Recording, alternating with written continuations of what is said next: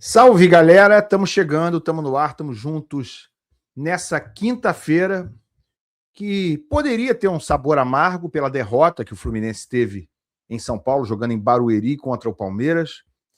E perder é sempre ruim, né? Claro que é melhor até ganhar jogando mal do que perder jogando bem, mas a verdade é que o Fluminense perdeu jogando bem. Mais do que isso, perdeu merecendo vencer. No mínimo, do mínimo, empatar. Mas, assim, a vitória era mais justa para o Fluminense, muito mais do que para o Palmeiras, como acabou acontecendo, por uma série de motivos, inclusive por um pênalti inventado, que pouquíssima gente viu, mas o árbitro estava com muita convicção, não estava com convicção de mais nada no jogo, tá? Nem sobre quem tinha que dar a saída, inclusive, nos tempos.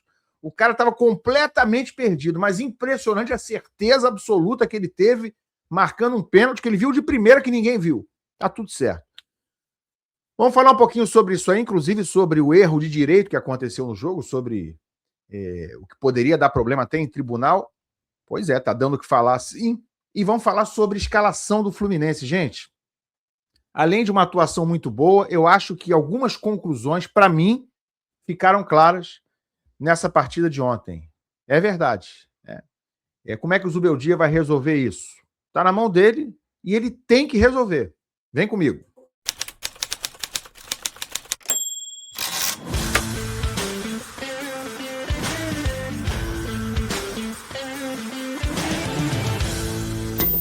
O Paulinho procurou, colocou e entrou!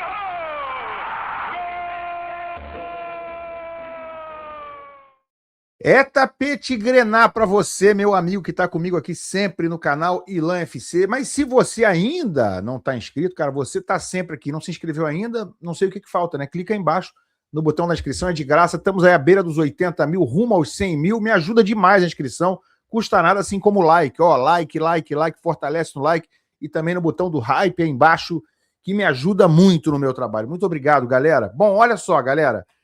2-1 Palmeiras. Numa partida em que o Fluminense a partida teve 110 minutos, tá? Se você somar os acréscimos com o tempo regulamentar, 110 minutos. O Fluminense foi melhor do que o Palmeiras em 90 desses 110 minutos. 90. Você pode, se você quiser ser muito pessimista, você vai dizer que o Fluminense foi melhor em 70 minutos, teve uns 20 minutos de jogo equilibrado e uns 20 de superioridade do Palmeiras. Mas é o pior dos quadros que você pode pintar para a atuação muito boa que teve o Fluminense em termos de postura, em termos coletivos. É indiscutível, para mim já se tornou indiscutível, não tem mais o que falar sobre isso, de que o time evoluiu bastante coletivamente em postura, em encaixe, em saber o que está fazendo dentro de campo, em organização tática, posicionamento, profundidade, verticalidade. É indiscutível a evolução na mão do técnico Luiz Zubeldia. Isso aí não tem o que falar. Mas dá para a gente apontar, paralelamente a isso, questões envolvendo individualidades. E a gente vai fazer isso. Eu vou mostrar números que, para mim, não tem como brigar com esses números e que, a meu ver, forçam o Zubeldia a fazer mudança. Ele tem que mudar o time. Não tem escapatória, não tem para onde correr, nem os resultados, o desempenho devem esconder isso aí. E os resultados, né, tirando de ontem, eles são absolutamente a favor dele. O desempenho também, e eu reconheço isso. Não quer dizer que não possa haver evolução. Mas para haver evolução tem que ter autocrítica. Né? Tem que enxergar o que pontualmente pode melhorar. Vou falar disso, mas olha, galera, primeiro que está dando o que falar aí, esse negócio das duas saídas do Palmeiras. O Palmeiras deu a saída no primeiro tempo e deu a saída no segundo tempo também. Impressionante. Eu não percebi, praticamente ninguém percebeu, mas a gente não é obrigado a perceber, né? A gente é jornalista, é público, é torcedor e tal. Quem não pode, de jeito nenhum, não perceber é o árbitro.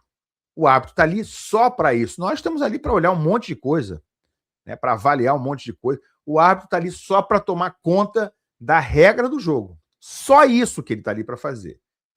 E aí, ao mesmo tempo que ele não consegue tomar conta num pênalti, porque ele enxergou algo que praticamente ninguém viu, você pode olhar por 500 ângulos. Ah, mas aí você vê no fim que o joelho do Fábio, o jogador encosta o pé no joelho do Fábio. Sim, aí ele dá um mergulho daqueles de piscina olímpica, é isso? O cara encosta o pé no joelho do Fábio, porque o Fábio está vindo em direção a ele, deslizando no gramado, e aí ele encosta, aí dá um pulo de 30 metros, é isso? Isso é pênalti? Tem alguma ação faltosa ali? Você pode procurar catar, meu amigo, é procurar pelo em ovo. Ah, mas encostou o pé dele no... Porra, pelo amor de Deus, né? Pelo amor de Deus. Não vai ter choque, não vai ter nenhum contato num jogo de futebol se tocar, se alguma coisa... Se o pelo da perna do Fábio encostar no jogador, ele pode pular, que é pênalti, é isso? Se a unha do dedo mindinho do Fábio tocar no abdômen do jogador adversário, ele pula, é pênalti, é isso? Cadê o bom senso, gente? Cadê o critério? Isso não é pênalti nem aqui, nem na Conchichina. E aí ele inventou um pênalti com menos de 10 minutos de jogo e, claro, isso deu um outro rumo à partida. Palmeiras depois fez um segundo gol legítimo, com falha de saída de bola do Freitas, aquela coisa que a gente já sabe. Mas o primeiro gol, claro, norteou o jogo. E aí, quando você olhou, estava 2-0 Palmeiras. O segundo saiu meio que na esteira, né, do desequilíbrio, do descontrole que o Fluminense teve, levando aquele primeiro gol inventado. Um gol irregular do Palmeiras.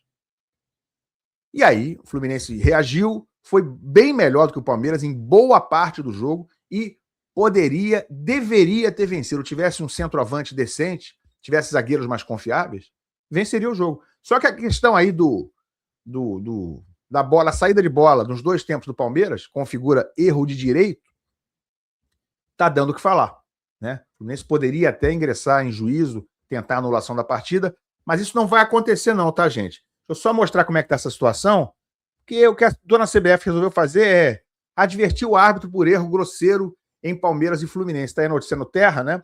Felipe Fernandes de Lima, estava totalmente inseguro, de Minas Gerais, concedeu saída de bola ao time paulista nos dois tempos, apesar de protestos de jogadores tricolores. A Confederação Brasileira publicou nessa quinta-feira um comunicado oficial que adverte o árbitro, o Felipe Fernandes de Lima, pelo equívoco grosseiro em Palmeiras e Fluminense. Eu nunca tinha visto isso, tá? Estou no futebol, cobrindo futebol há 36 anos, nunca tinha visto. No entanto, a entidade deixou claro que, apesar da advertência, não vê prejuízo direto ao andamento ou influência direta ao resultado da partida. Então ele levou uma advertência e a CBF não viu prejuízo direto. Quero saber se a dona CBF viu prejuízo direto desse moço aí em relação ao pênalti que ele inventou. Isso aí a CBF viu algum prejuízo? É só para a gente saber, tá? Ou se omitiu. Cadê o áudio do VAR sobre o pênalti? Cadê o áudio do VAR? O pessoal estava jogando pôquer na cabine do VAR. Porque, né, dependendo de quem é o clube interessado, se fosse o Palmeiras interessado num pênalti inventado pró-Fluminense, o que seria muito difícil de acontecer, se fosse o Palmeiras, o áudio do VAR tinha saído ontem à noite mesmo. Alô, galera da comissão da CBF, vocês aí, vocês. Cadê o áudio do VAR? Que não saiu ontem à noite, que já é agora, já estamos de tarde aqui, nessa quinta-feira, e não tem áudio do VAR ainda. Que absurdo é esse? Mas ali na saída de bola não teve consequência. Realmente não teve consequência nenhuma. E o pênalti, será que teve consequência? Só pra gente saber, será que dar um gol pro Palmeiras teve alguma consequência? Ninguém vai falar porra nenhuma, ninguém vai falar nada? Vai ficar por isso mesmo? Gente, uma loucura. Uma loucura, mudou o resultado do jogo. O Fluminense poderia ter vencido mesmo assim, né? Mas não tem centroavante, não tem zagueiros. A diretoria acha que dá para adiar, que dá para empurrar com a barriga. Não, vai acabar a janela, mas o time está jogando bem, então vamos assim mesmo. Não vamos assim mesmo, não tem como ir desse jeito. E ficou claro isso ontem. Se essa diretoria tiver ambição real, que o Fluminense pode ser campeão brasileiro com esse time, né? Com mais 2 ou 3 chegando, pode ser campeão brasileiro. Se tiver ambição real, vai contratar. Tem que contratar. Não é qualquer um, não, cara. Não é trazer esse Everaldo lá, paraguaio, do Independiente. Não é trazendo esse cara aí, não, que vai resolver. Não.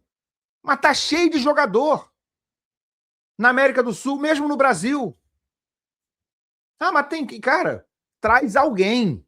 Você não pode se desfazer do Lelê, que é muito fraco, e não trazer ninguém. Você não pode se desfazer do Everaldo, que é horrível, e não trazer ninguém. É melhor ficar sem ninguém? Não, não é melhor ficar sem ninguém.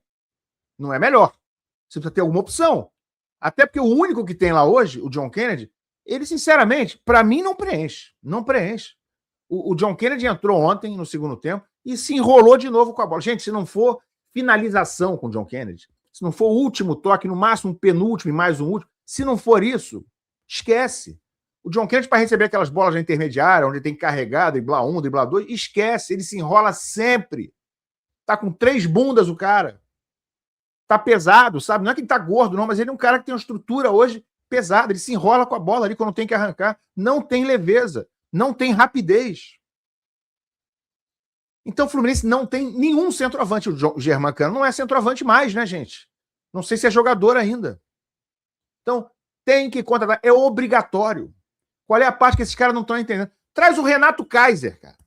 Traz o Pita. Traz um cara desse, assim. São soluções? É óbvio que não. Mas já é melhor do que tem lá. Sabe? Já é alguma coisa. Não dá para ficar sem ninguém.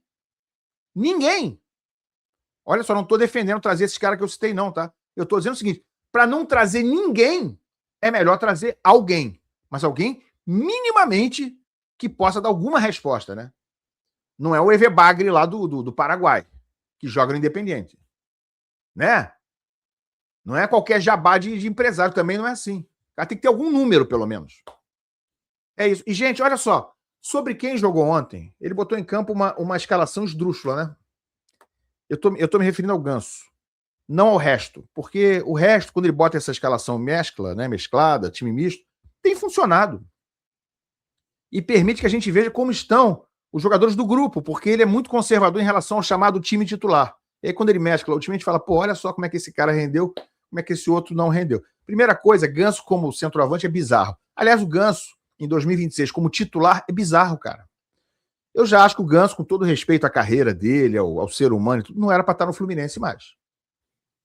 Com a condição física, clínica recente que ele tem, não era nem para estar no clube. A gente sabe disso, está todo mundo careca de saber. Com toda a categoria que ele tem, ele ontem, mais uma vez, deu alguns bons passes, mas ele não compete. Ele não consegue, sabe, minimamente correr atrás de adversário. Ele não consegue. E jogador hoje não pode só jogar com a bola, tem que jogar sem a bola também. Pro Ganso não dá. E aí o cara me bota ele de titular contra o Palmeiras, fora de casa, de centroavante. O que o Ganso fez como centroavante ontem? Responde você. Acertou. Nada. Zero. E aí isso evidencia a crise, ou exatamente essa carência do centroavante, esse absurdo do Fluminense não ter um jogador para a posição, mas há soluções melhores. Ele poderia ter começado, por exemplo, com o Serna, né, de centroavante, com o Savarino por um lado, e do outro. Poderia ser o Santi Moreno ou o Soteldo. Os dois entraram bem no jogo, o Soteldo ainda melhor do que o Santi, né? O Santi entrou aos 41 do segundo tempo, quase não teve tempo para pegar na bola. Agora o Soteldo entrou relativamente bem. Galera tem bronca do Soteldo? Tem, mas ninguém vai perseguir o Soteldo se ele entrar e jogar bem, como jogou ontem. Até o Otávio entrou e jogou bem ontem. Mas, galera, não dá para começar com o Ganso como centroavante. Você tem opções. Você não precisa ter um 9 especialista, como o Ganso não é especialista. Centraliza o Serna, bota o Santi de um lado, o Savarino do outro, o Soteldo de um lado, o Savarino do outro. Ok. Ontem não tinha o Canóbio. Agora, olha os números desses jogadores ontem, tá? E aí eu quero falar sobre essas mudanças que, na minha opinião, ele tem que fazer no time. Sabe, ainda que seja aos poucos, mas não dá pra gente ignorar esses números aqui, ó. Perfil no Twitter, Fluminense Stuff. Vou usar vocês, tá, galera? Obrigado aqui pelos dados, Fluminense Stuff. Zubeldia, tá, gente? 30 jogos completados ontem, 20 vitórias, 4 empates, 6 derrotas. A de ontem foi a sexta. Injusta, a meu ver, 44 gols pró, 22 gols contra. Ele tem 3 amarelos e já foi expulso uma vez. São números que ainda dá para considerar muito bons, apesar da derrota contra o Palmeiras. Aí aqui, ó, também no Fluminense Stuff, números do Savarino, 90 minutos, 40 passes certos em 46 tentativas, errou 6 passes em 46, metade dos cruzamentos certos, 3 em 6, duelos terrestres ganhou 3 em 4 tentativas, 2 finalizações no alvo nas 7 que ele tentou, mas finalizou 7 vezes, 5 recuperações de bola, 3 faltas sofridas, 1 chute na trave. Que chutaço do Savarino no começo do segundo tempo, né? Guga fez uma grande atuação, o Guga, gente. 90 minutos, 82 ações com a bola, participou muito, né? 64 passes certos em 65. Ele errou 1 passe em 65, o Guga. Incrível, né? Incrível. O cara acertou 64 de 65 passes. 2 duelos terrestres ganhos em 6, 2 cruzamentos certos em 4, 1 bola longa, o resto aqui menos importante, mas, enfim, uma atuação muito boa do Guga, mais uma vez, né? porque ele está muito bem nessa temporada, verdade seja dita, já criticamos, né? Reclamamos quando ele renovou por 4 anos, mas o Guga está muito bem. Mão à palmatória, temos que ser justos aqui. E o Lúcio Acosta, né, que saiu no intervalo, imagina se ele tivesse ficado em campo. Eu afirmo que o Fluminense viraria o jogo, cara. 45 minutos, 44 ações com a bola, uma ação por minuto. O cara tá aparecendo o tempo todo no jogo. 4 de 5 duelos ganhos terrestres, 2 finalizações no alvo de 3 tentativas. O goleiro fez uma grande defesa depois que ele já tinha feito o gol, ele chutou uma outra bola, grande defesa do Carlos Miguel. Uma de 2 bolas longas, 1 de 2 dribles certos, 1 desarme ganho, 3 passes decisivos. Enfim, o cara arrebentou. E aí, dito isso, o que eu estou mostrando isso aqui? Galera, precisamos falar sobre, principalmente, Savarino e Guga. Quem jogou mal ontem, gente? Só os zagueiros, né? Tanto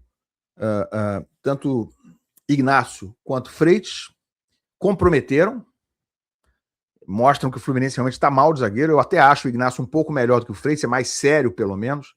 Não é aquele cara deslocado. O Freitas costuma entregar uma bola por jogo. Ontem entregou mais 5. Então ontem ele se superou. Mas não jogaram bem os zagueiros. O Martinelli estava numa noite ruim, né? O Martinelli está com muito crédito atualmente, mas não estava bem, errou muito passe. E eu acho que o John Kennedy foi mal também. Tá? Posso estar esquecendo aqui alguém? Eu vi gente reclamando do Arana. Acho que o Arana fez um bom jogo. Claro, defensivamente um pouco abaixo, mas, cara, ele não joga nunca, tá sem ritmo. É um cara que tinha que ter mais ritmo. Insisto, para mim ele é melhor do que o René. Eu acho que tinha que dar mais sequência ao Arana. Para mim ele deveria ser titular. Mas esse ainda dá para discutir. Agora, Guga e Savarino, inclusive com os números que eu mostrei. O Savarino, ele não pode ser reserva no Fluminense.